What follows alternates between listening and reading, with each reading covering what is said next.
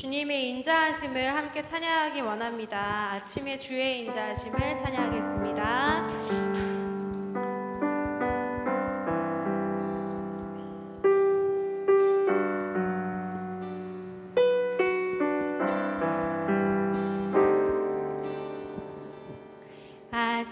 아침에 주의 인자하심을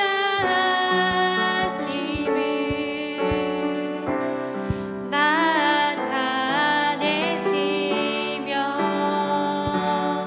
밤마다 주의 성실하심을 베품이 좋으나이다. 아침에 주의 인자하심을 나타내시며 밤마다 주의 성실하심을 베품이 좋으나이다.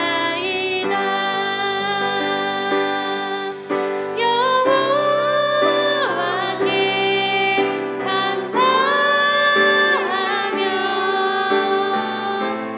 주의 이름을 찬양.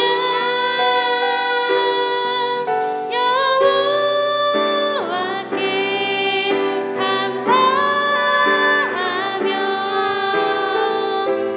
주의 이름을 찬양.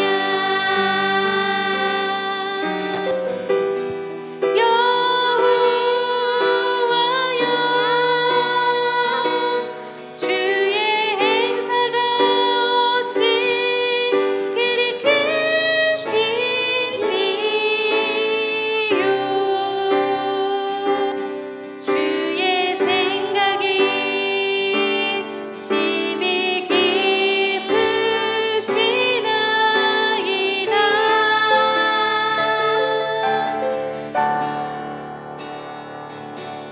아침에 주의 인자하심을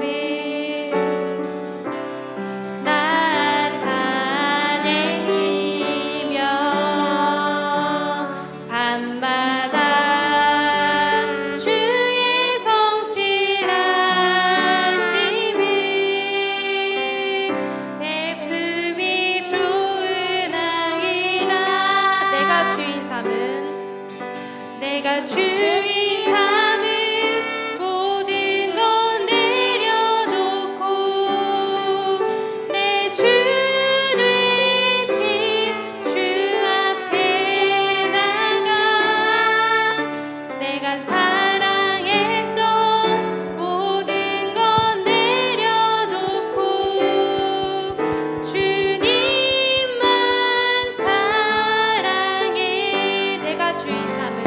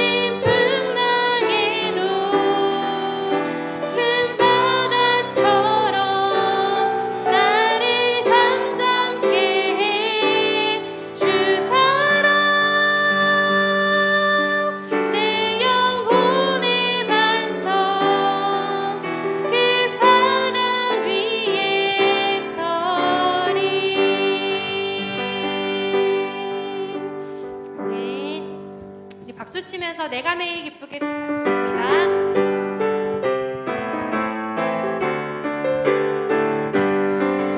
내가 매일 기쁘게 술래의 길을 가는 주의 팔이 나를 안보하리요.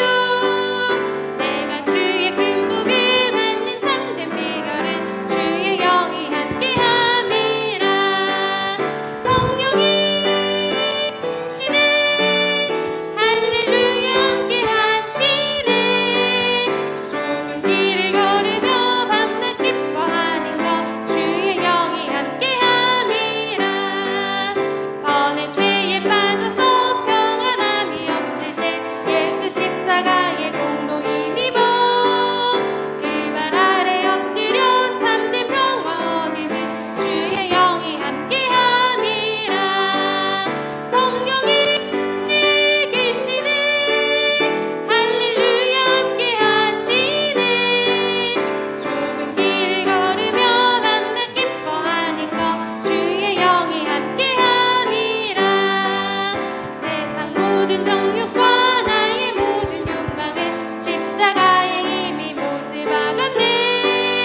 어두운 밤이 지나고 무거운 짐 벗으니 주의 영이 함께함이라. 성령이 계시네 할렐루야 함께하시네. 좁은 길을 걸으며 밤낮 기뻐하는 것 주의 영이 함께함이. 성령이 계시네 할렐루야 함께하시네.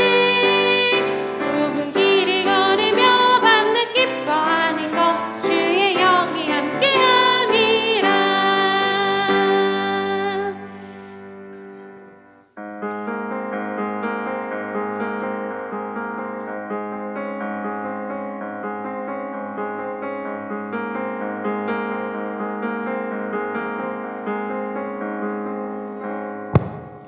이곳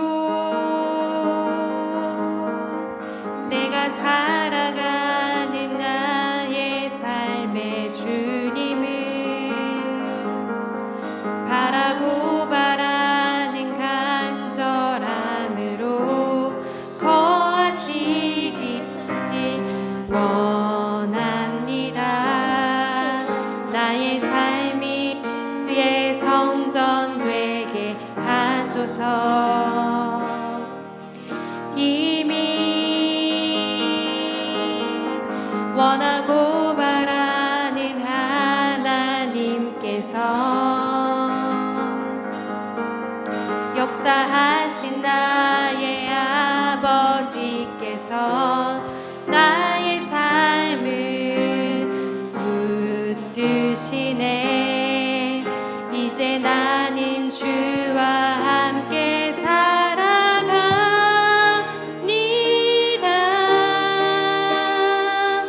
회복의 빛으로 주와 이어지는 이곳 주님의 성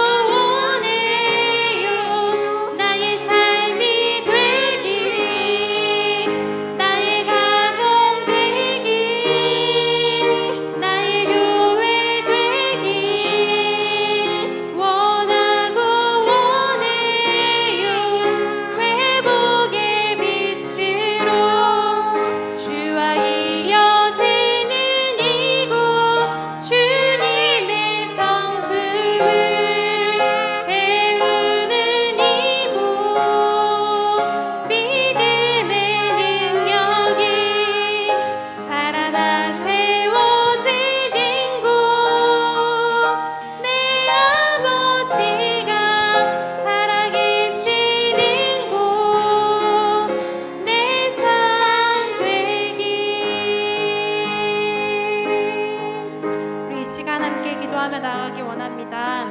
우리의 삶의 모습이 어떠하든지 상관없이 오늘도 주님께서 우리를 주님의 전에 불러주셨습니다.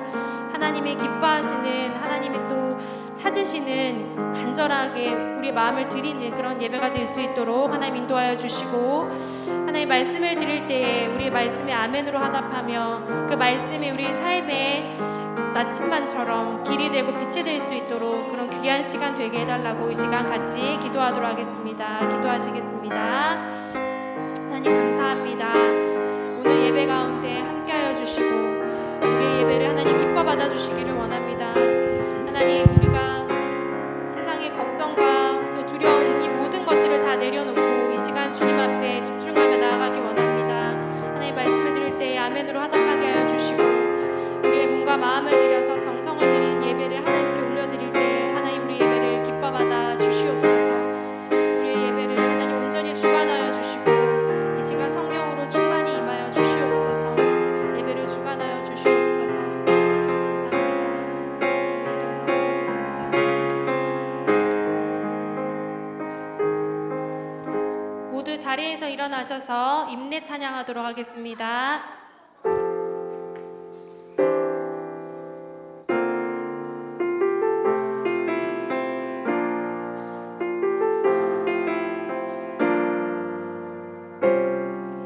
우리 모두 예배하는 자 되며 온전히 영과 진리로 주를 예배하자.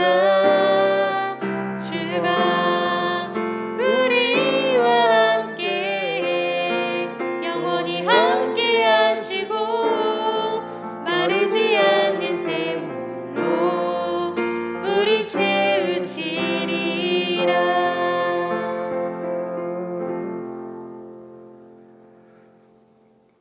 감사함으로 그 문에 들어가며 찬송함으로 그 궁전에 들어가서 그에게 감사하며 그 이름을 송축할지어다. 대저 여호와는 선하시니 그 인자하심이 영원하고 그 성실하심이 대대에 미치리로다. 아멘. 사도신경으로 우리의 신앙을 고백하겠습니다. 나는 전능하신 아버지 하나님 천지의 창조주를 믿습니다. 나는 그의 유일하신 아들 우리 주 예수 그리스도를 믿습니다. 그는 성령으로 잉태되어 동정녀 마리아에게서 나시고 본디오 빌라도에게 고난을 받아 십자가에 못 박혀 죽으시고 장사된 지 사흘 만에 죽은 자 가운데서 다시 살아나셨으며 하늘에 오르시어 전능하신 아버지 하나님 우편에 앉아 계시다가 거기로부터 살아있는 자와 죽은 자를 심판하러 오십니다. 나는 성령을 믿으며 거룩한 공교회와 성도의 교제와 죄를 용서받는 것과 몸의 부활과 영생을 믿습니다. 아멘. 찬송가 40장 찬송하시겠습니다.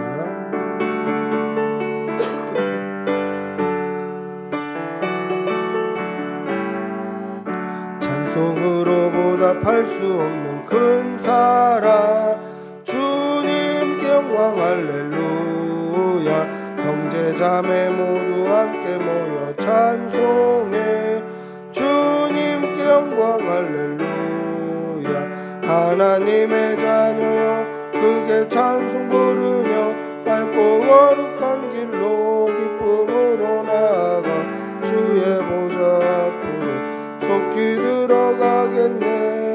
주님께 영광 할렐루야. 무릎은 은혜 한량 없도다. 주님께 영광 할렐루야. 기쁜 찬송 부르면서 천국 가겠네. 주님께 영광 할렐루야. 하나님의 자녀요 크게 찬송 부르며 밝고 거룩한 길로 기쁨으로 나아가 주의 보좌 앞에서 속히 들어가겠네. 주님께 영광 할렐루야. 잠시 후에 우리 모두 주를 보겠네. 주님께 영광 할렐루야. 영광스런 보좌 위에 거룩하신 주 주님께 영광 할렐루야. 하나님의 자녀여 크게 찬송 부르며 밝고 거룩한 길로 기쁨으로 나아가 주의 보좌 앞으로 속히 들어가겠네. 주님께 영광 할렐루야. 만국 백성 천국에서 소리 높여서 주님께 영광 할렐루야. 영원토록 주의 공로 찬양하겠네. 주님께 영광 할렐루야. 하나님의 자녀여 크게 찬송 부르며 밝고 거룩한 길로 기쁨으로 나아가 주의 보좌 앞으로 속히 들어가겠네. 주님께 영광 할렐루야. 아멘. 참회의 기도를 드리겠습니다. 사랑의 아버지 하나님, 오늘 좋은 날 주시고 우리에게 생명 주시고 예배할 수 있는 교회 주신 은혜 감사합니다. 우리의 삶을 돌아보면 하나님의 은혜뿐이고 감사의 제목뿐임에도 우리가 하나님께 감사하지 못하고 그 은혜에 만족하지 못하였던 우리의 삶을 돌아봅니다. 하나님, 우리의 지난 날을 용서하여 주시옵소서. 우리의 죄와 허물과 원망과 불평을 용서하여 주시옵소서. 이 악하고 음란한 세대 가운데 이 세상과 벗하며 세속에 물들어 세상 사람들과 똑같은 말을 하고 똑같은 생각으로 똑같은 기준으로 살았던 우리의 지난 날을 용서하여 주시옵소서. 하나님께서 분명히 살아계심에도 불구하고 하나님을 잊어버리고 하나님이 계시지 않다고 우리가 스스로 판단하여 세상 사람들과 벗하며 그렇게 살았습니다.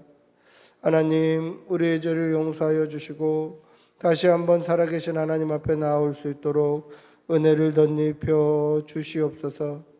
말씀에 순종하지 못하고 우리 마음과 뜻대로 살았던 것 용서하여 주시고 서로 사랑해야 함에도 불구하고 미워하고 시기하였고 싫어했고 다투었던 우리의 삶을 용서하여 주시옵소서. 지금은 하나님과 나만이 아는 죄를 생각하며 묵묵히 참회의 기도를 계속합니다. 주님 도와주시옵소서. 아버지 용서해 주시옵소서. 주님 성령을 부어주시옵소서. 믿음 주시옵소서. 믿음 주시옵소서. 주님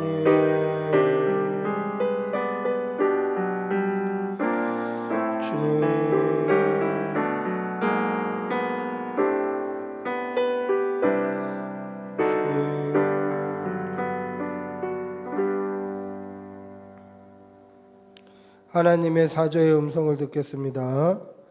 여호와께서 말씀하시되 오라 우리가 서로 변론하자. 너희의 죄가 주홍 같을지라도 눈과 같이 희어질 것이요 진홍같이 붉을지라도 양털같이 희게 되리라. 아멘. 자리에 앉으시겠습니다. 찬송가 313장 찬송하시겠습니다.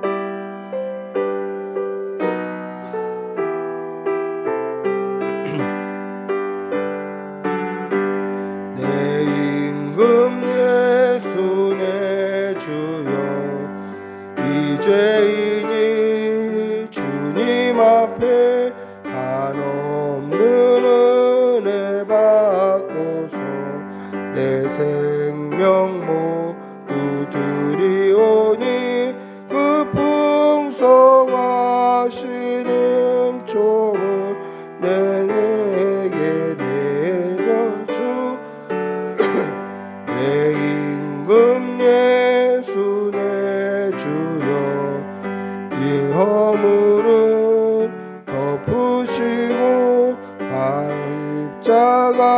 십자가에 흘리신 그 피를 믿는 마음 보사 내 중한 죄를 사하여 참 평안한 맘 주소서.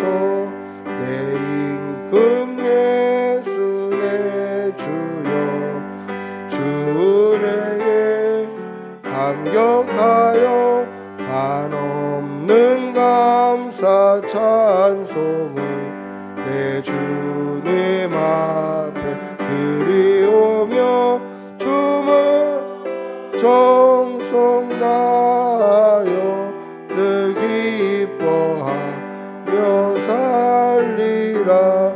내 임금 예수 내 주여 이 마음과 이 천한 몸 그 몸의 피로 값주고 주 친히 사신 것이오니 나 이제 사나 죽으나 주 뜻만 따라 살리라. 아멘. 우리를 대표해서 우수한 집사님 기도하시겠습니다.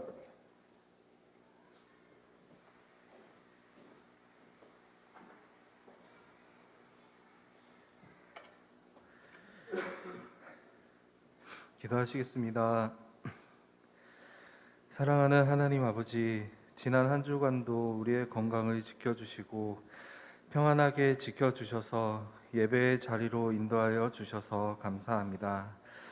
비록 하나님의 형상대로 지음받은 우리들이 하나님 안에서 살아가는 게 가장 자연스러울 우리들이 여전히 죄를 짓고 여전히 나만의 예수님을 나만의 신앙생활을 만들어 살아가며 하나님 앞에 나아가기 부끄러운 저희들입니다. 용서하여 주시고 이 예배 가운데 신령과 진정으로 드리는 예배가 되도록 성령님께서 인도하여 주세요.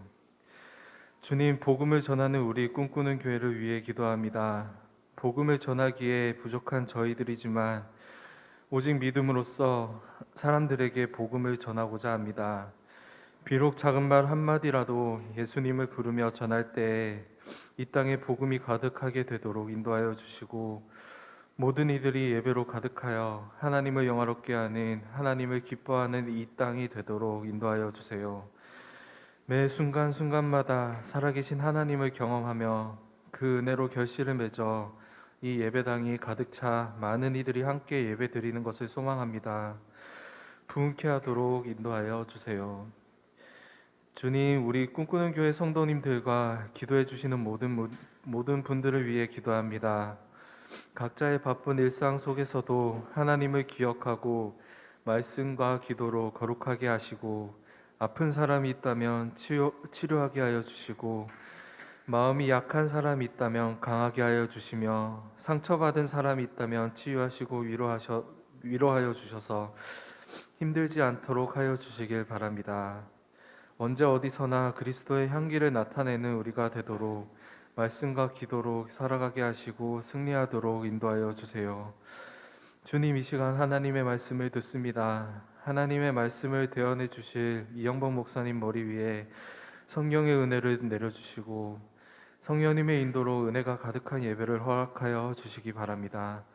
말씀을 듣는 성도들이나 어른들이나 아이들이나 모두 아멘으로 화답하며 오직 하나님만 영광 받으시는 예배가 되게 하여 주세요. 목사님 가정을 위해서도 기도드립니다. 언제 어디서나 눈동자와 같이 지켜주시고 위로가 되어 주시고 건강과 모든 근심 걱정들을 해결하여 주시며 언제나 하나님 안에서 평안하도록 지켜주세요. 오늘도 살아계신 우리 주 예수님의 이름으로 기도합니다. 아멘.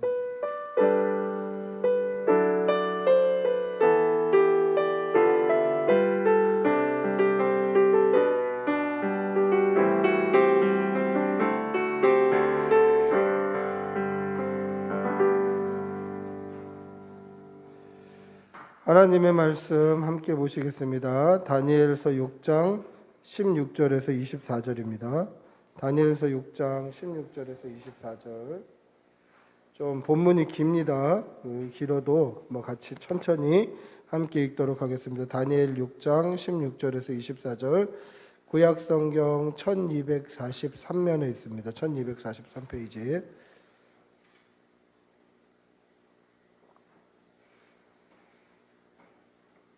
다니엘서 6장 16절에서 24절. 다니엘서 6장 16절에서 24절. 우리 천천히 한 목소리로 함께 읽겠습니다. 다니엘서 6장 16절에서 24절입니다. 같이 읽습니다. 이에 왕이 명령하매 다니엘을 끌어다가 사자굴에 던져 넣은지라. 왕이 다니엘에게 이르되 내가 항상 섬기는 너의 하나님이 너를 구원하시리라 하니라. 이에 돌을 굴려다가 굴 어귀를 막음에 왕이 그의 도장과 귀족들의 도장으로 봉하였으니 이는 다니엘에 대한 조치를 고치지 못하게 하려 함이었더라. 왕이 궁에 들어가서 밤이 새도록 기도하고 금식하고 그 앞에서 오락을 그치고 잠자기를 마다하니라. 이튿날에 왕이 새벽에 일어나 급히 사자굴로 가서 다니엘이 든 굴에 가까이 이르러 슬피 소리질러 다니엘에게 묻되 살아계시는 하나님의 종 다니엘아, 내가 항상 섬기는 내 하나님이 사자들에게서 능히 너를 구원하셨느냐 하니라. 다니엘이 왕에게 이르되 왕이여 원하건대 왕은 만수무강하옵소서. 나의 하나님이 이미 그의 천사를 보내어 사자들의 입을 봉하셨으므로 사자들이 나를 상해하지 못하여 싸우니 이는 나의 무죄함이 그 앞에 명백함이오며 또 왕이여 나는 왕에게도 해를 끼치지 아니하였나이다 하니라. 왕이 심히 기뻐서 명하여 다니엘을 굴에서 올리라 하매 그들이 다니엘을 굴에서 올린즉 그의 몸이 조금도 상하지 아니하였으니 이는 그가 자기의 하나님을 믿었음이었다. 왕이 말하되 다니엘을 참수한 끌어오게 하고 그들을 그들의 처자들과 함께 사자굴에 던져 넣게 하였더니 그들이 굴 바닥에 닿기도 전에 사자들이 그들을 움켜서 그 뼈까지도 부숴뜨렸더라. 아멘. 여러분, 우리 옆에 계신 분들하고 한번 인사하시겠습니다. 반갑습니다. 사랑합니다. 우리의 그 믿음, 우리의 신앙을 그래프로 그린다면 여러분들 어떻게 그릴 수 있겠습니까? 이 Y축을 우리의 믿음의 깊이라고 그리고 이 X축을 우리의 믿음의 연수 또 우리의 나이 이렇게 본다면 우리의 믿음의 깊이가 우리의 신앙의 연수가 자람에 따라서 점점 하나님과 깊어지고 있는지 점점 하나님께로 올라가고 있는지 우리의 믿음의 그래프를 한번 머릿속으로 그려보시기를 바랍니다. 우리가 어렸을 때 입었던 옷을 지금 입을 수 있나요? 뭐 어릴 때 입었던 옷은 지금 못 입어요. 뭐 우리 아이들도 거의 매년 옷을 새로 사줘야 됩니다. 왜 그렇죠? 옷이 작아져서 그래요. 근데 우리는 흔히 옷이 작아졌다고 얘기를 하는데 진짜 옷이 작아졌나요? 옷이 작아진 건 아니에요. 옷은 그대로예요. 우리의 몸이 큰 거죠. 우리의 몸이 자라고 살도 찌고 그래서 옛날 옷을 못 입는 거예요. 그러니까 옷이 그대로인데 우리는 옷이 작아졌다고 얘기해요. 그럼 보세요. 우리의 신앙의 그래프를 그려보면 우리의 나이가 점점 먹어감에 따라 우리의 신앙이 깊어지지 않고 우리의 신앙이 제자리 걸음을 걷고 있다면 그것은 신앙이 제자리 걸음을 걷는 게 아니다라는 거죠. 옷은 그대로인데 우리가 옷이 작아졌다고 말하는 것처럼 우리의 신앙에 발전이 없다면 우리는 신앙의 발전이 없다.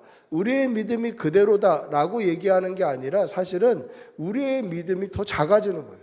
우리의 믿음이 더 퇴보하는 거예요. 우리의 연수가 자라고 하나님 앞에 더 가까워질 나이, 이제 하나님께 가까이, 하나님께 정말 하나님 앞에 설 나이가 점점 가까워 오면 우리의 믿음은 더 깊어져야 되는 거죠. 믿음은 더 하나님과 가까워져야 되는 거예요. 근데 나이가 먹고 하나님께로 더 가까이 가고 있음에도 불구하고 우리의 믿음이 그대로다? 그러면 우리의 신앙은 퇴보한 거예요. 자라지 않는 거예요. 우리의 신앙은 뒤로 급격하게 밀려가는 거예요. 여러분, 하나님과 가까워감에 따라서 여러분들의 믿음도 더 하나님께 깊이를 더해가기를 바랍니다. 오늘 다니엘은 믿음의 사람이었어요. 이 다니엘이 어떤 사람이었습니까? 우리가 읽지는 않았습니다만은 다니엘서 1장 4절에 보면 바벨론에서 이스라엘 백성들 중에 용모가 아름답고, 그러니까 잘생기고 공부 잘하고 가문이 좋고 이런 아이들을 포로로 다 데리고 와서 왕궁에서 일을 하게 만들었어요. 그러니까 이 이스라엘에 있는 백성들 중에 포로로 끌어가면서 그 포로 중에서도 얼굴이 잘생기고 이쁘고 뭐 똑똑하고 영리하고 집안이 좋고 이런 엘리트들을 왕궁에서 일을 맡긴다는 이유로 그들을 선발해 간 거예요. 그런데 이것은 단순히 다니엘이 잘생기고 똑똑하고 영리하고 가문이 좋고 이래서 그들이 왕궁에서 일할 사람으로 선발해 갔다, 이 정도의 차원이 아니에요. 여기에는 세 가지 숨은 이유가 있어요. 첫 번째 이유는 그들을 인질로 삼는 거예요. 이스라엘 백성의 이 고관들, 이스라엘의 귀족들, 또 가문이 좋은 사람들, 이런 사람들의 자제들을 그들이 자신의 왕궁에서 일할 사람으로 데려갔다. 이 말은 그들이 인질이 되었다라는 말이에요. 여러분, 전쟁을 하려면 누가 전쟁을 허락할 수 있죠? 밑에 일개 병사가 자 지금부터 전쟁합시다 이렇게 할 수 있나요? 지금 러시아하고 전쟁 중이지 않습니까? 러시아가. 그 러시아가 전쟁할 때 러시아 일개 군인이 전쟁합시다 그래서 쳐들어갈 수 있나요? 그렇지 않죠. 푸틴 러시아 대통령이 사인을 하고 가자 해야 가는 거예요. 그러니까 나라의 고관, 높은 위치, 특별히 왕족 이런 사람들의 허락이 있어야 전쟁이 가능해요. 그런데 지금 나라의 고관들, 귀족들, 왕족의 자녀들이 적군의 왕궁에 지금 일을 하고 있는 거예요. 사로잡혀가 있는 거예요. 그러면 어떻게 전쟁을 할 수 있겠어요? 어떻게 반란을 할 수 있으며 어떻게 저 왕궁을 쳐들어가자고 할 수 있겠습니까? 지금 일의 실무를 담당해야 될 높은 고관들, 귀족들, 왕족들의 자녀들이 다 왕궁의 인질로 잡혀 있기 때문에 자기 자녀가 죽을까봐 그걸 허락하지 못하는 거예요. 이게 첫 번째 이유예요. 두 번째는 뭐 우리나라 조선시대도 그랬습니다만은 양반들이나 글 공부가 가능했어요. 일반 평민이나 그리고 또 천민들은 글 공부를 할 수가 없었어요. 제가 좋아하는 드라마 중에 뿌리 깊은 나무라는 드라마가 있었는데 그 드라마를 보면 이 조선시대 때는 과거를 통해서 평민들도 이렇게 높은 직위, 관직을 얻을 수 있는 길이 있었어요. 근데 평민들의 대부분은 그 과거를 볼 수가 없어요. 왜냐하면 글을 몰라요, 글을. 그래서 세종대왕이 백성들에게 그렇게 얘기해요. 아니, 천자만 알아도, 천자만 공부해도 너희들이 이 방에 붙은 이 글을 읽을 수 있을 텐데 천자 그거 공부 못하냐? 막 백성들에게 답답함을 토로하니까 백성들이 그래요. 새벽부터 일어나서 잠자기 전까지 일을 하는데 천민들은, 평민들은 새벽부터 일어나서 잠자기 직전까지 일을 하는데 언제 글 공부를 하냐고 그렇게 얘기를 해요. 즉 공부를 할 수가 없어요. 천민들은. 평민들도 마찬가지고. 따라서 귀족의 자녀들을 데려간 두 번째 이유가 뭡니까? 그들이 명석했고 똑똑했고 학문을 배운 경험이 있기 때문에 그래요. 그들이 명석했고 똑똑했던 이유는 그들이 공부를 하는 사람들이었기 때문에 그래요. 그 중에 잘생기고 총명하고 왕궁에서 일을 할 만한 그러한 사람들을 불러간 거예요. 세 번째 이유는 뭡니까? 세 번째 이유는 유대인들에게 이 모욕감을 주기 위한 의도도 숨어 있어요. 다니엘과 세 친구들이 잡혀갔어요. 다니엘과 하나냐와 미사엘과 아사랴. 그래서 그들에게 이름을 바꿔줘요. 바벨론식 이름으로 창씨 개명을 시키는 거예요. 이건 이스라엘 백성들에게 굉장히 치욕적인 거예요. 이스라엘 백성들의 이름은 하나님의 축복이 내포되어 있어요. 그러니까 다니엘 할 때 엘도 역시 하나님을 뜻하는 거예요. 그러니까 이 이름 안에는 하나님의 은혜와 하나님의 사랑과 하나님의 축복이 포함되어 있는 이름이에요. 그런데 그들에게 창씨 계명을 하는 거예요. 바벨론식 이름으로 지어주는 거예요. 다니엘은 벨드사살, 하나냐, 미사엘, 아사랴는 사드락, 메삭, 아벳느고 이렇게 이름을 바꿔줘요. 근데 제 느낌이라서 그런지 모르겠지만 다니엘, 하나냐, 미사엘, 아사랴 이거는 발음이 좀 부드럽잖아요. 근데 벨드사살, 사드락, 메삭, 아벳느고 이거는 발음이 굉장히 강해요. 그래서 뭔가 딱딱하게 느껴져요. 이스라엘 이름은 하나님의 사랑과 은혜가 내포되어 있는데 이 바벨론식 이름은 바벨론 신들의 이름이 내포되어 있는 거예요. 그러니까 하나님의 이름을 버리고 바벨론 신들의 이름으로 바꿔주는 거예요. 이거는 이스라엘 백성들에게 있어서는 치욕적인 거예요. 너무 상처가 되는 거예요. 두 번째는 뭐냐면 이 다니엘과 하나냐와 미사엘과 아사랴를 관리했던 사람이 누군가 하는 거예요. 다니엘서 1장 7절에 보시면 다니엘과 세 친구들에게 음식을 주고 그들을 관리하는 사람이 뭐라고 되어 있냐면 환관장이라고 되어 있어요. 환관장. 환관장이라는 말은 환관 중에서 제일 높은 사람이다 이런 뜻이에요. 그럼 환관이 뭘까요? 환관이 뭘까? 성전에서 일하는 남자들을 환관이라고 그래요. 근데 이 환관의 공통적인 특징은 이 남자의 생식기를 잘라요. 그래서 이 성적인 기능을 상실케 만드는 거예요. 근데 이게 우리나라에만 있었던 전통이 아니에요. 중국에서도 있었던 전통이었고 그게 우리나라에도 들어온 거였고 당시 고대 사회에서는 늘 있었던 전통이에요. 그러니까 우리나라 환관과 당시 바벨론 환관이 다르다, 물론 다를 수 있지만 오늘 성경이 이 이야기를 환관장이라고 해석해 놓은 데에는 그 이유가 있었다라는 거예요. 즉 아마 다니엘이나 하나냐나 미사엘이나 아사랴 역시 이러한 환관과 같은 환관의 대우를 받았다라는 것을 알 수도 있는 대목이에요. 환관장이 관리한다? 그 말은 다니엘, 하나냐, 미사엘, 아사랴 이들 역시 환관이었다라는 뜻을 내포하고 있는 거예요. 환관을 관리하는 장, 그 부서의 장이 그들을 관리한다. 다니엘, 하나냐, 미사엘, 아사랴 역시 환관이었다라고 생각할 수 있어요. 그리고 성경을 아무리 뒤져봐도요, 다니엘이 결혼했다라는 기록이 없어요. 그리고 다니엘이 자녀를 낳았다라는 기록이 없어요. 이런 것들로 미루어 봐서 다니엘이 환관이었을 것이다. 신체에 상처가 있었을 것이다. 즉 이거는 이스라엘 백성들에게 아주 크나큰 수치예요.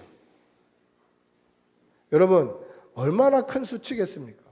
이들을 모욕하는 거죠. 이름을 바꾸고 하나님의 이름을 버리게 하고 그들의 신의 이름으로 창씨 계명을 하고 그리고 그들의 몸에 상처를 줘서 환관을 만들어버려요.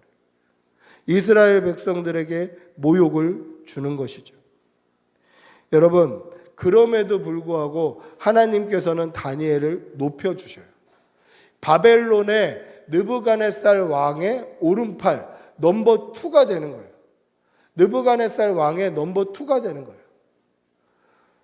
우리로 치면 일제강점기 시대에 우리나라 조선 포로로 일본 왕궁에 잡혀간 어떤 사람이 일본 왕궁의 총리가 되는 거예요. 일본 왕궁의 넘버 2가 되는 거예요. 왜 있을 수가 없는 얘기죠. 황관 출신의 이방인 출신의 그런 사람이 바벨론 그 큰 나라의 총리가 되는 거예요. 있을 수도 없는 얘기예요. 근데 하나님이 높여주신 거예요. 왜 그렇죠? 다니엘은 사람에게 충성하는 사람이 아니었어요. 다니엘은 사람을 보고 사는 사람이 아니었어요. 다니엘은 오직 하나님만 바라보고 사는 사람이었기 때문에 그렇다라는 것입니다. 다니엘은 바벨론으로 잡혀간 유대인이었습니다. 그럼에도 불구하고 바벨론 포로 생활을 하는 가운데 하나님께서 그를 바벨론의 총리로 높여주셔요. 바벨론의 넘버 2로 높여주신 거예요. 이 하나님의 놀라운 섭리를 믿으시는 여러분들이 되시기를 바랍니다. 그런데 바벨론의 포로로 잡혀간 다니엘이 바벨론의 총리로만 끝난 것은 아닙니다. 우리 말씀을 한번 찾아볼까요? 오늘 읽었던 본문 앞에 우리 다니엘 5장을 한번 펴봅시다. 다니엘 5장 30절에서 31절. 다니엘서 5장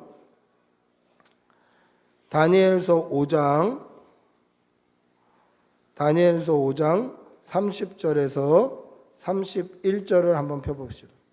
30절에서 31절 우리 같이 한번 읽어보겠습니다. 시작. 그날 밤에 갈대아 왕 벨사살이 죽임을 당하였고 메대 사람 다리오가 나라를 얻었는데 그때의 다리오는 60세였더라. 자, 보세요. 갈대아 왕, 이 말은 바벨론 왕이라는 뜻이에요. 바벨론 왕 벨사살이 죽임을 당했다. 이게 바벨론 마지막 왕이에요. 그리고 벨사살이 죽임을 당하고 어떻게 됐다고 되어 있습니까? 메대 사람 다리오가 나라를 얻었는데 그때 다리오는 60세였더라. 즉 메대라는 나라가 바벨론을 점령해서 바벨론이 멸망했다라는 기록을 하고 있는 거예요. 우리가 읽은 성경에는 좀 짧게 나와 있습니다만은 그 앞에 어떤 사건이 있었냐면 이 바벨론의 마지막 왕 벨사살 왕은 굉장히 나쁜 악한 왕이었어요. 그가 어떤 왕이었냐면 그는 우상 숭배했고 그는 늘 술에 방탕했고 그는 교만한 사람이었어요. 그런데 이 교만이 얼마나 높이 올라가냐면 술을 마실 때에 이스라엘 왕궁, 이스라엘 성전에 있는 그 성전에서 가져온 금 잔들을 가지고 거기다 술을 따라 마셔요. 근데 이스라엘 성전에 있었던 금 그릇들은 어떤 용도였냐면 하나님께 제사하고 하나님께 예배 드리는 용도로 사용된 거예요. 그러니까 하나님께 예배하고 하나님을 제사하는 용도의 그릇에다가 술을 담아서 그 술을 마시고 방탕하게 그렇게 즐기면서 살고 있었다는 거죠. 근데 그때 갑자기 손가락이 하나 딱 나타나는 거예요. 손목이 잘라져 있는 손가락이 나타나서 벽에다 글씨를 쓰는 거예요. 메네 데겔 우 바르신 이렇게 쓰는 거예요. 근데 이게 무슨 뜻인지 모르겠는 거예요. 너무 두렵죠. 여러분 두렵지 않겠습니까? 지금처럼 과학이 발달한 나라들은 과학이 발달한 시대는 뭐 그렇게 할 수 있을 수도 있을 것 같아요. 뭐 레이저로 뭐 홀로그램으로 그럴 수 있을 것 같은데 당시에는 지금 예수님이 태어나기보다도 훨씬 이전이니까 언제적인지도 모르는 그 옛날에 손가락이 나타나서 벽에 메네 데겔 우 바르신 딱 글씨를 쓰는 거예요. 너무 무서워서 벨사살 왕이 이빨이 덜덜덜덜 떨리고 다리가 다다다다다 떨렸다고 성경은 기록하고 있어요. 근데 이것을 해석할 사람이 아무도 없어요. 그걸 누가 해석하냐면 다니엘이 와서 해석해요. 그 뜻이 뭐냐? 메네 데겔 우바르신 이 말은 하나님께서 벨사살 왕을 저울에 달아보았더니 모자람이 보였다. 당신이 하나님 보시기에 모자른 사람이다. 그래서 당신의 나라를 찢어서 메대와 바사에게 나눠주기로 하나님이 작정하셨다. 그렇게 이야기를 해요.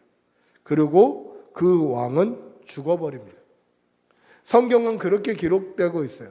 그래서 메대왕 다리오가 그 나라를 점령했다라고 기록되어 있어요. 그런데 바벨론은요, 어마어마하게 큰 성이었어요. 그 성이 얼마나 컸냐면 고고학적인 기록으로 보면 성벽의 두께가 7m라고 되어 있어요. 성벽 두께만 7m. 그래서 성벽 꼭대기로 마차 2대가 이렇게 가로질러 갈 수 있는 그 정도로 넓은 성벽을 자랑했었어요. 마차 2대가 다닐 수 있었다라는 것은 성벽 위에 전차를 주둔할 수 있었다라는 말이 되는 거예요.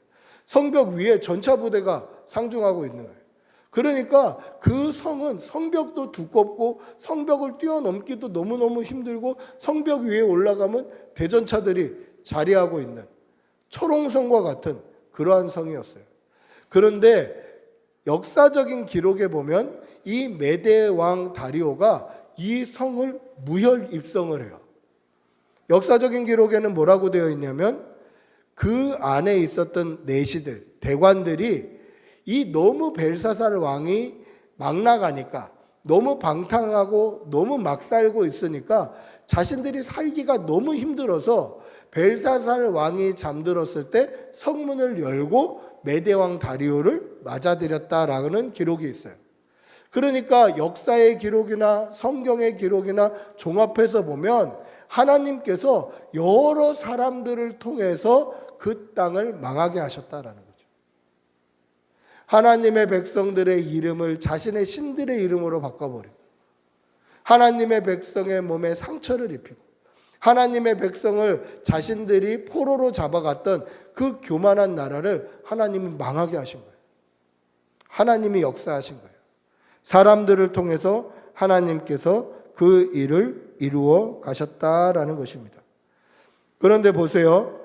지금 바벨론의 총리였던 다니엘이 나라가 바뀌었어요. 바벨론에서 메대로 나라가 바뀌었어요. 그러면 그 나라의 중신들, 그 나라의 고관들은 어떤 위치를 잡을 수 있을까? 여러분, 우리나라도 그런데 선대왕, 이 조선시대에만 봐도 선대왕의 측근들은 왕이 바뀌면 다 물갈이가 돼요.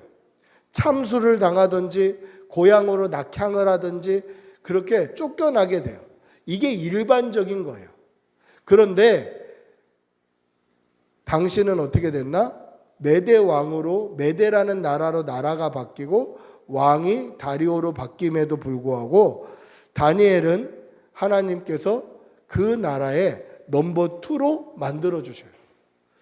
보세요. 메대로 나라가 바뀌었어요. 바벨론에서 메대로 나라가 바뀐 거예요. 나라가 바뀌었고 왕도 바뀌었어요. 그래서 이 왕은 자신의 왕권을 강화하기 위해서 전국에 120명의 고관들을 세웠어요. 그래서 구청장, 시장, 동장 이런 사람들을 다 자기 사람으로 만들었어요. 120명의 고관을 세웠어요. 그리고 그 120명을 관리할 수 있는 3명의 총리를 세웠어요. 그 3명의 총리 중 1명이 다니엘이었고 이 다니엘을 가장 높여서 그 3명의 총리를 총괄하는 총리로 만들어요. 그러니까 나라가 바뀌고 임금이 바뀌었는데도 다니엘은 여전히 넘버 2인 거예요. 신기하죠? 특이하죠? 여러분 보세요. 나라가 바뀌면 그 나라를 세운 개국 공신이라는 사람들이 있습니다. 나라를 세우는데 일조했던 개국 공신들이 있어요.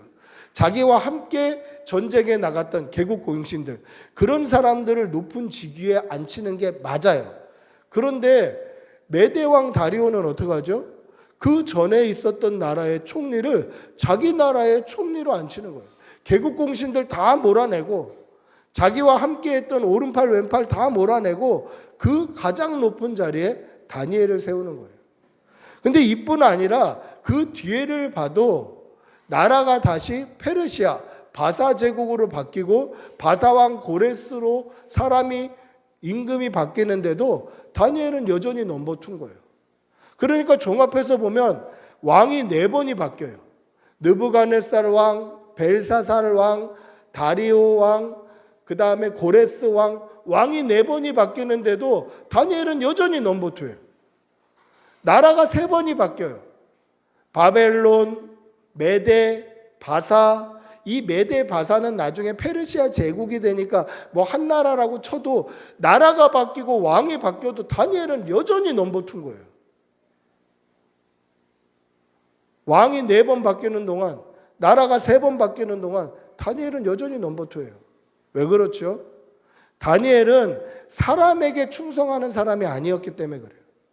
다니엘은 하나님께 충성하는 사람이었기 때문에 그래요. 사람에게 충성하면 그 사람이 바뀌면 가장 처음에 모가지 당하는 거예요. 사람에게 충성하면 그 사람이 바뀔 때 그 사람과 같이 고향으로 가야 되는 거예요. 그런데 사람이 바뀌어도 왕이 바뀌어도 나라가 바뀌어도 다니엘은 바뀌지 않아요. 그 이유가 다니엘은 믿음의 사람이었기 때문에 그래요. 하나님의 사람이었기 때문에 그래요.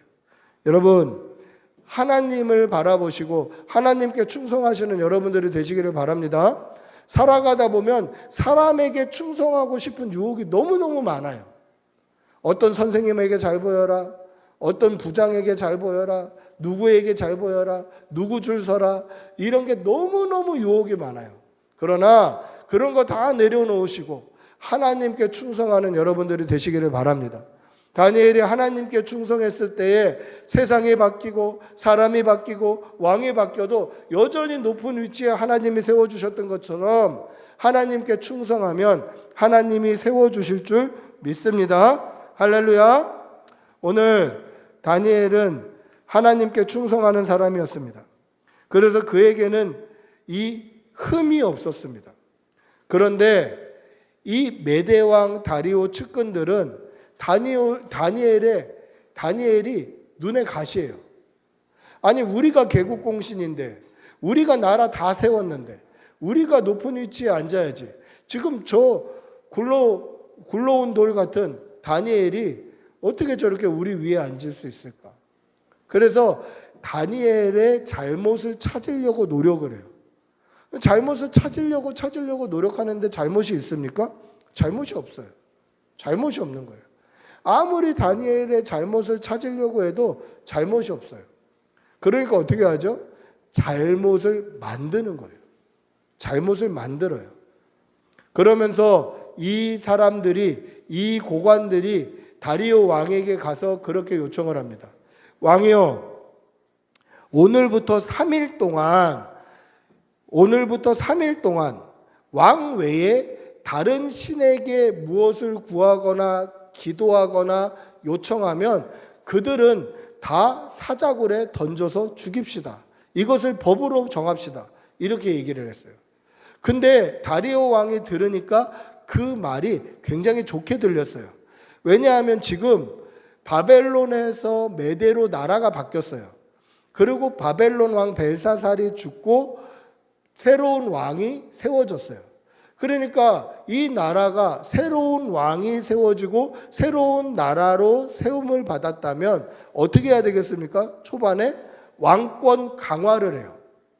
이거 역사 시간, 사회 시간에 배우는 거 아닙니까? 왕권 강화를 해요. 그 왕권을 강화하기 위해 가장 좋은 게 뭐냐면 왕이 신이 되는 거예요. 왕이 신이 되는 거예요. 그래서 3일 동안만 이 다리오 왕 외에 다른 누구에게나 절을 하든지 기도를 하든지 그렇게 하면 그 사람은 사자굴에 던지는 법을 만듭시다. 그러니까 왕이 그것만 보니까 왕권 강화에 너무 좋은 법안이니까 그거를 왕의 도장을 찍어서 법을 만들어 버렸어요. 자, 오늘부터 3일 동안 법이다. 왕 외에 누구에게다 절하든지 요청하든지 기도하면 그는 사자굴에게 던질 거다라고 도장을 찍어서 법으로 만들고 전국에 반포를 했어요. 그런데 다니엘도 이것을 알았어요. 왕의 도장이 찍혔고 왕이 전국에 반포한 법이라는 걸 알았어요. 이것을 알고서도 다니엘은 동쪽에 있는 창문을 열었어요. 왜 동쪽에 있는 창문을 열었냐면 동쪽에 예루살렘이 있기 때문에 그래요. 그들이 살고 있는 서쪽에 있는 바벨론 나라에서 동쪽을 바라봐야 그곳에 예루살렘이 있기 때문에 동쪽으로 나 있는 창을 활짝 열었어요. 그리고 그 창에 서서 큰 소리로 살아계신 하나님께 기도를 했어요. 여러분, 다니엘은 항상 시간을 정해서 기도하는 사람이었어요. 그리고 항상 동쪽에 창을 열고 기도했던 사람이었어요. 그래서 다니엘을 죽이려고 했던 사람이 아무리 다니엘에게 흠을 찾아보려고 해도 흠이 없는데, 그럼 흠을 만들자. 다니엘이 도대체 뭐를 하나 하고 봤더니 날마다 동쪽에 있는 창을 열고 큰 소리로 기도를 하는 거예요, 하나님께. 그래서 저거를 흠으로 만들자 하고 그 법을 세운 거예요. 근데 보세요, 하나님은 살아계십니다. 할렐루야. 하나님은 살아계십니다. 이 사실을 믿으시기 바랍니다. 따라서 하나님은 크게 기도해도 들으시고 작게 기도해도 들으시고 내 마음으로 기도해도 들으셔요. 이거 믿으시죠? 그리고 하나님은 동쪽으로 창문을 열든지 방구석에서 창문을 다 닫든지 상관없이 우리의 기도를 들으셔요. 그런데 다니엘은 이 왕의 법이 제정됐다는 것을 알면서도 여전히 예전과 똑같이 동쪽으로 창문을 열고 큰 소리로 기도해요. 왜 그렇죠? 내가 여태까지 했던, 하나님께 했던 이 마음을 변하기가 싫은 거예요. 여러분, 우리가 이 믿음을 배워야 돼요. 제가 지난주에 신대원에 가서 예배에 대해서 배우지 않았습니까? 예배에 대해서 배웠을 때 강의하시는 교수님이 가장 통탄하면서 했던 말이 뭐였냐면, 코로나 때에 교회가 예배를 모임 예배로 하지 않고 온라인으로 너무 신학적인 검증 없이, 너무 성경적인 검증 없이 온라인 예배로 바꿔버린 것을 통탄을 하시더라고요. 모임을 금지하고, 물론 나라에서 그렇게 했고, 또 모이기만 하면 주변 사람들의 따가운 시선이 있었기 때문에 뭐 전도를 이유로, 또 나라 정책에 순종하는 그러한 이유로, 여러 가지 이유로 그렇게 했지만 여기에는 신학적인 또는 성경적인 고민이 있었어야 된다라고 이야기를 하더라고요. 여러분, 다니엘은 그렇게 하면 죽는 거 알았어요. 그렇게 하면 죽을 거 알았어요. 사자굴에 빠질 거 알았어요. 그런데 여태까지 그렇게 했기 때문에 자기는 그것을 바꾸기 싫었던 거예요. 여러분, 우리도 예배를 그렇게 생명처럼 지켜야 돼요. 모여서 예배하는 이거 우리 생명처럼 지켜야 돼요. 하나님께 생명을 다해 예배하시는 여러분들이 되시기를 바랍니다. 지금부터 예배에 생명을 걸지 않으면 나중에 바쁜 일을 만났을 때, 나중에 고등학교 3학년이 됐을 때, 나중에 뭔가 자격증 시험이 있었을 때, 나중에 뭔가 이런 주일날 어려움들이 있었을 때 우리가 타협하게 되는 거예요. 타협하게 되는 거예요. 저는 고등학교 때 건축 관련한 학과를 진학하고 싶었어요. 고등학교 들어갈 때 그런 꿈이 있었어요. 물론 고등학교 1학년 때 하나님께서 목회자로 부르시는 강한 부르심을 받았지만, 그래서 저는 중학교 3학년 때부터 건축 관련한 자격증을 따려고 이렇게 학원에 다녔었어요. 당시에 뭐 노량진 쪽에 입시학원만 있었던 게 아니라 그런 자격증 학원들이 많았어요. 그래서 건축 제도 또는 캐드 또는 뭐 이런 도장 기능사 뭐 이런 자격증을 따고 싶어서 그때 친구들하고 이렇게 몇몇 모여서 학원에 다닌 적이 있었어요. 그런데 그런 시험이 다 주일날 있는 거예요. 시험이 다 주일날 있어요. 국가 자격증이. 그 당시에는. 제가 그렇게 따고 싶었던 자격증을 못 땄어요. 안 땄어요. 주일날 저는 고등부 찬양 인도자였기 때문에 찬양 인도해야 돼서 교회 갔어야 돼요. 저는 그걸 지금도 자랑스럽게 생각해요. 물론 지금은 필요 없는 자격증이지만 그건 지금도 자랑스럽게 생각해요. 여러분, 믿음을 위해서 포기하지 않는 여러분들이 되시기를 바랍니다. 사람의 법, 나를 죽일 수도 있는 법보다 하나님이 우선이 되어야 돼요. 나를 어떻게 해야 할 법보다 하나님이 우선이 되어야 돼요. 이것이 하나님께서 다니엘을 높여주신 이유입니다. 사람들보다 하나님 우선이었고 사람보다 하나님 중심이었던 이 다니엘의 믿음을 배우시기를 바랍니다. 그렇게 하나님 중심으로 살자 어떻게 됩니까? 이 다리오 왕은 자신이 내린 법을 바꿀 수 없다는 걸 알았어요. 다니엘이 고소를 당했고 다니엘이 지금 사자굴에 들어가야 되는 상황이에요. 그때에 하나님께서 다니엘을 지켜주시는데 이것이 이 이방인 다리오 왕의 입을 통해서 고백이 되더라는 거예요. 우리 오늘 읽었던 본문 몇 절만 한번 같이 읽어볼까요? 우리 오늘 읽었던 6장 16절 한번 읽어볼게요. 16절 시작. 이에 왕이 명령하매 다니엘을 끌어다가 사자굴에 던져 넣은지라.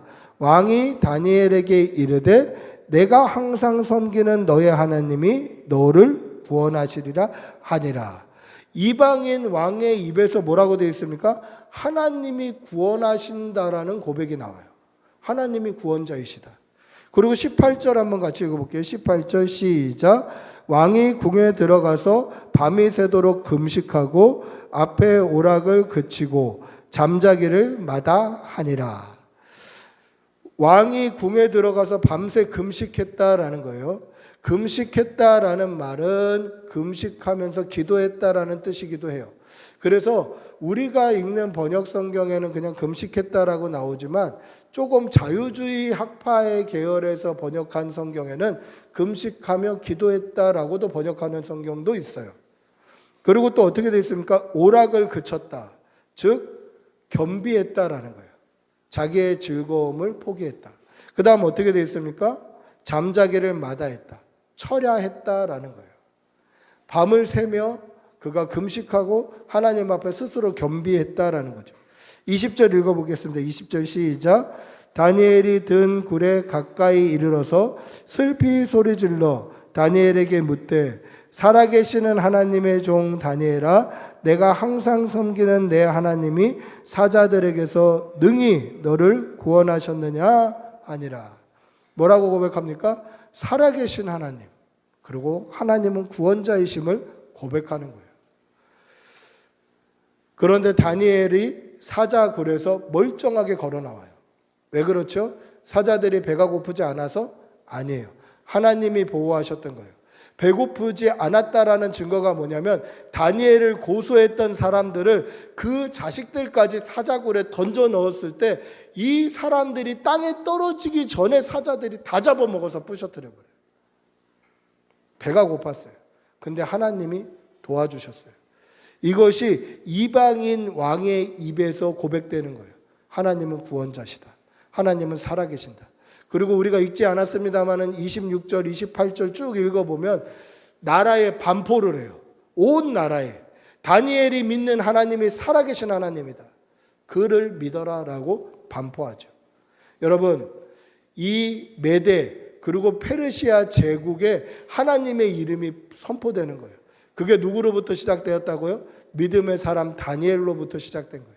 그래서 오늘 설교의 제목이 나로부터 시작되리. 여러분, 우리에게도 이런 역사가 일어나기를 바랍니다.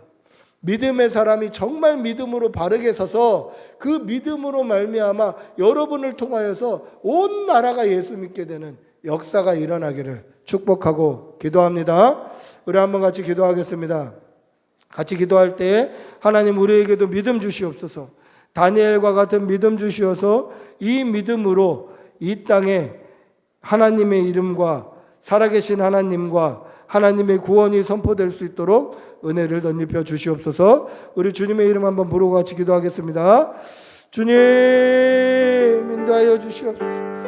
하나님, 우리도 다니엘과 같이 하나님 온 나라가 하나님을 구원자로 하나님을 살아계신 하나님으로 깨닫는데 다니엘 한 사람의 믿음을 사용하셨던 것처럼 하나님 나로부터 하나님 복음이 선포되며 하나님의 살아계심이 선포될 수 있도록 은혜를 덧입혀 주시옵소서. 믿음 주시옵소서. 믿음 주시옵소서. 주님 믿음 주시옵소서. 아버지 임하여 주시옵소서. 주님 인도하여 주시옵소서. 아버지 우리에게 믿음을 더하여 주시옵소서. 주님 믿음을 더하여 주시옵소서. 사랑의 아버지 하나님, 우리에게 믿음을 더하여 주시옵소서. 우리에게 믿음을 더하여 주시어서 이 믿음이 살아계신 하나님 앞에 인정받고 이 믿음을 통하여서 믿지 않는 사람들이 하나님을 고백하고 하나님을 깨닫고 하나님을 믿을 수 있도록 은혜를 덧입혀 주시옵소서. 다니엘처럼 온 나라가 하나님을 깨닫는 그 구원의 역사가 다니엘 한 사람의 믿음으로 시작되었던 것처럼 우리의 믿음을 사용하여 주시어서 우리 주변에 있는 사람들이 예수 믿고 구원받을 수 있도록 도와주시옵소서. 감사를 드리며 우리 주 예수님의 이름으로 기도드리옵나이다. 아멘. 찬송가 570장 찬양하시면서 준비하신 예물 하나님께 올려드리겠습니다.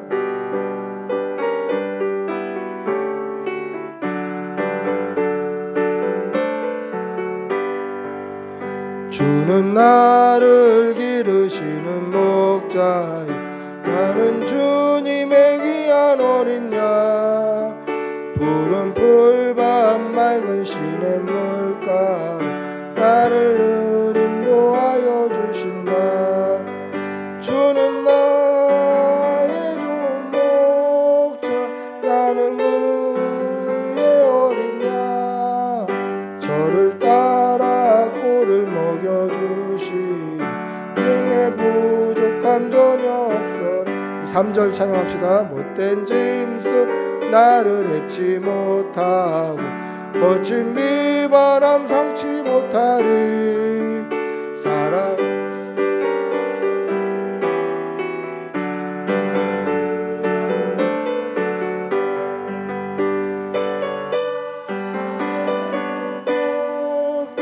나는 그의 어린 양. 저를 따라 꼴을 먹여주시 내게 부족함 전혀 없어라. 아멘. 아멘. 기도하겠습니다. 사랑의 아버지 하나님, 오늘 좋은 날 주셔서 감사합니다. 이 좋은 날 하나님 앞에 나와 예배 드릴 수 있게 해주셔서 감사합니다.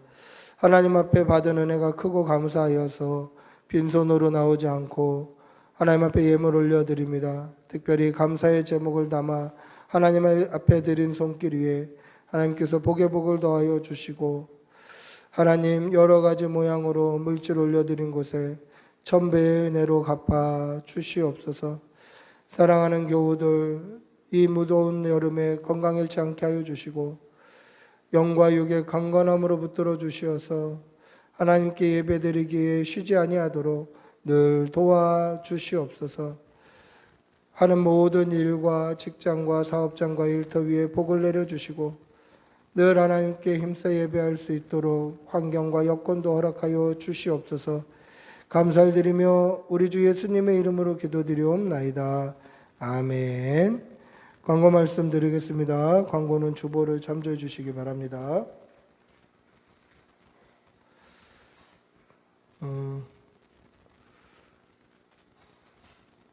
다음 주 예배 기도는 우리 신중평 집사님이고, 오늘 모임 후에 또 오후에 함께 양육 함께 나누도록 하겠습니다.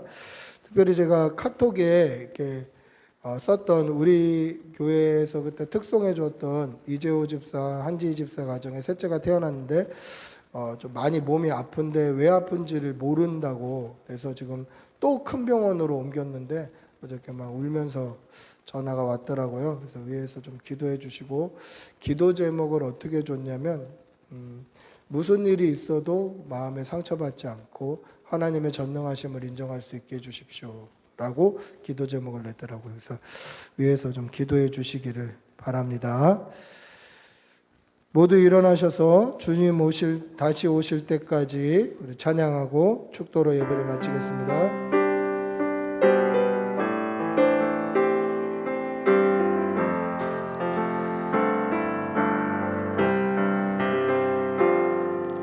주님 다시 오실 때까지 나는 이 길을 가리라. 좁은 문 좁은 길 나의 십자가 지고 나의 가는 이 길 끝에서 나는 주님을 보리라. 영광이 내 주님 나를 맞아주시리. 주님 다시 오실 때까지 나는 일어나 달려가리라. 주의 영광 온 땅 덮을 때 나는 일어나 노래하리. 내 사모하는 주님 온 세상 구주시라. 내 사모하는 주님 영광의 왕이시라. 기도하겠습니다. 우리 주 예수 그리스도의 은혜와 하나님의 사랑과 성령의 교통하심이 믿음으로 다니엘과 같이 하나님의 구원의 도구로 쓰임받기를 소원하며 사람이 아니라 하나님만 바라보고 살아가기를 다짐하는 여기 모인 모든 주의 백성들과 그 가정과 그 자녀들과 가족과 직장과 모든 일터 위에 지금부터 영원히 함께 있을지어다. 아멘. 주님 도와주시옵소서. 믿음 주시옵소서. 주님 믿음 주시옵소서. 성령을 부어주시옵소서.